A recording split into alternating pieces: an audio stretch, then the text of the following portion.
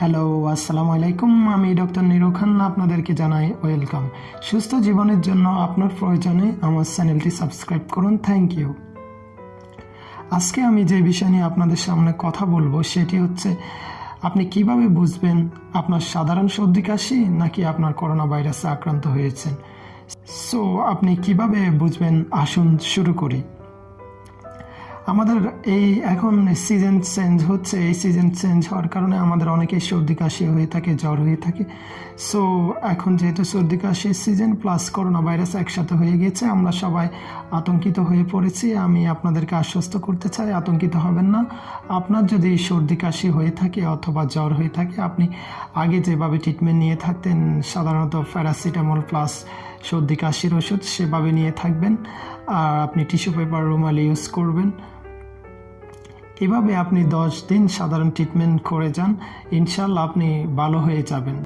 তখনই বুঝতে পারবেন যে আপনার কোনো করোনা ভাইরাস হয় না, এটি হচ্ছে আপনার নর্মাল ফ্লু।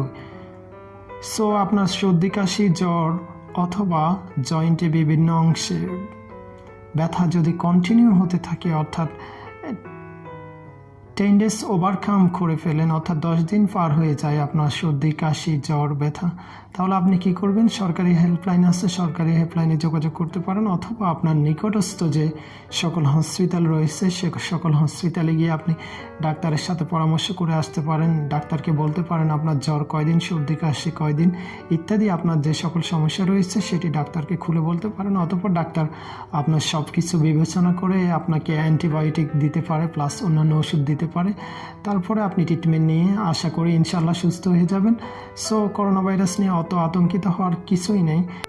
সো আপনি জানেন কি, করোনা ভাইরাসে 100 জন মানুষ আক্রান্ত হলে তার মধ্যে 10 থেকে 15 জন মানুষ একটু ঝুঁকিতে থাকে, আর 1 থেকে 2 জন মানুষ মৃত্যুর কোলে ঢলে পড়ে। সো এতে আমরা বুঝতে পারি 80 থেকে 85% মানুষ করোনা আক্রান্ত হওয়ার পরেও সুস্থ হয়ে বাসায় ফিরছে। সো আপনি করোনা ভাইরাস নিয়ে অত আতঙ্কিত না হয়ে নিজে একটু সাবধানতা অবলম্বন করুন, মাস্ক ব্যবহার করুন।